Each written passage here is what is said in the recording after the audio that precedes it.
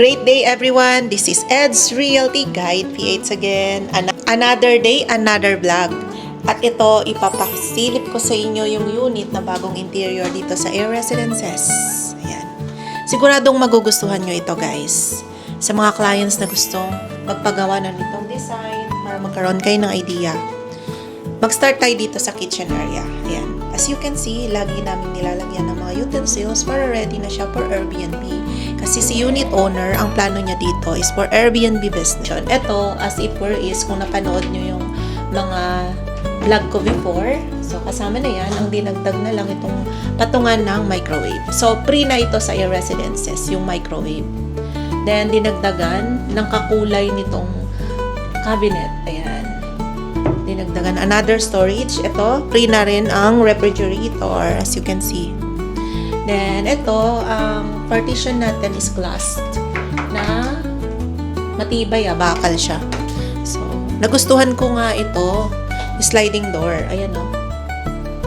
May mirror, di ba? Very elegant. Then, pasukin nyo yung loob. Ayan. Ang ganda ng loob. Ayan. May kasama siyang top load washing machine dito. Nilagay na lang dito yung top load washing machine. Pinalitan din ng sink. Ayan. Mas elegant yung sink. Diba? Ang ganda lang. And ito naman yung ating mirror. Vanity mirror na cabinet. So, meron siyang storage. Another storage dito sa inside. Ayan o. As you can see. May storage. Then, dinagdagan ng towel holder dito. Bidet. And also, the shower enclosure. Laging nilalagyan yan para hindi tumalsik yung water palabas. And then, meron din siyang shower. Dinagdagan ng water heater, hot and cold. Ayan. Ang ganda ng toilet, diba guys? Very minimalist. So, let's proceed to the exciting part. Ito yung exciting part. Ang laki ng TV. 55 inches. Ang galing. Saka ito yung TV console natin, may lightning sa likod, as you can see, buhay na buhay, no? Then yung pin light sa taas. Ang ganda na may pin lights yung unit kasi mas na-emphasize yung ganda ng unit. At ito naman, nagustuhan ko yung dining niya na parang bar type na 2-seater. So, nagawan ng paraan, pwedeng study table, pwedeng dining, 'di ba? So, na-save yung every space dito. Then, ito naman is another storage dito sa lower ground, as you can see. Ayan. Then, ang cute lang nung center table natin. Ayan. Tapos may carpet. Ang ganda nung quality na ginamit na sofa bed dito. Ayan o.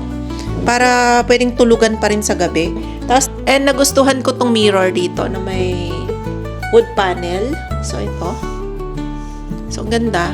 Na-widen up yung space talaga. Then, ito yung ating fan light para humihigop ng lamig.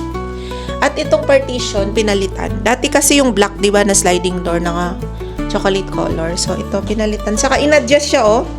In-adjust siya dito. Kasi hanggang dito yun, eh. In-adjust siya. Pwede namang i-adjust pag ni-remove na.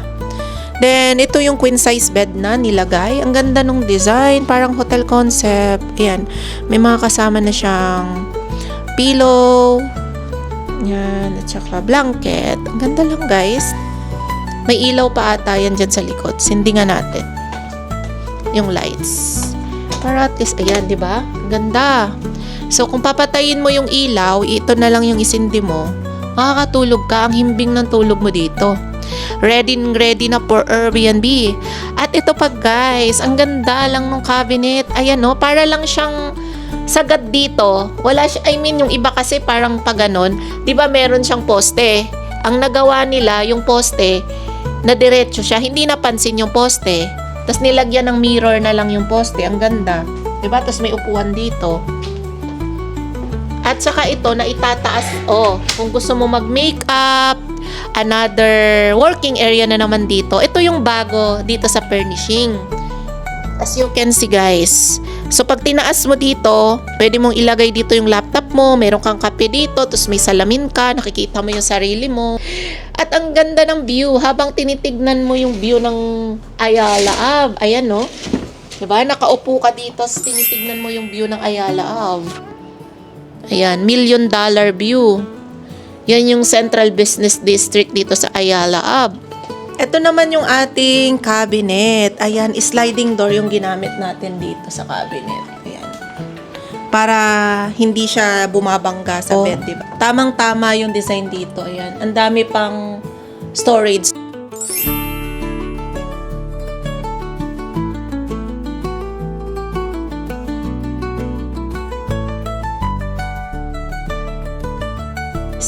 Sa mga clients na gustong magpagawa ng ganito, i-message nyo lang kami sa aming Viber or WhatsApp. At sa mga client na gustong magkaroon ng investment na ganito for Airbnb or personal use na titirhan, we can set a Zoom presentation anytime. I could discuss you the full details. And meron din akong 2-bedroom units, limited offer only na available dito sa Air Residences. Message nyo lang ako. Don't forget to like, share, and subscribe sa mga bagong viewers. Thanks for always watching my YouTube vlog. See you from my next vlog.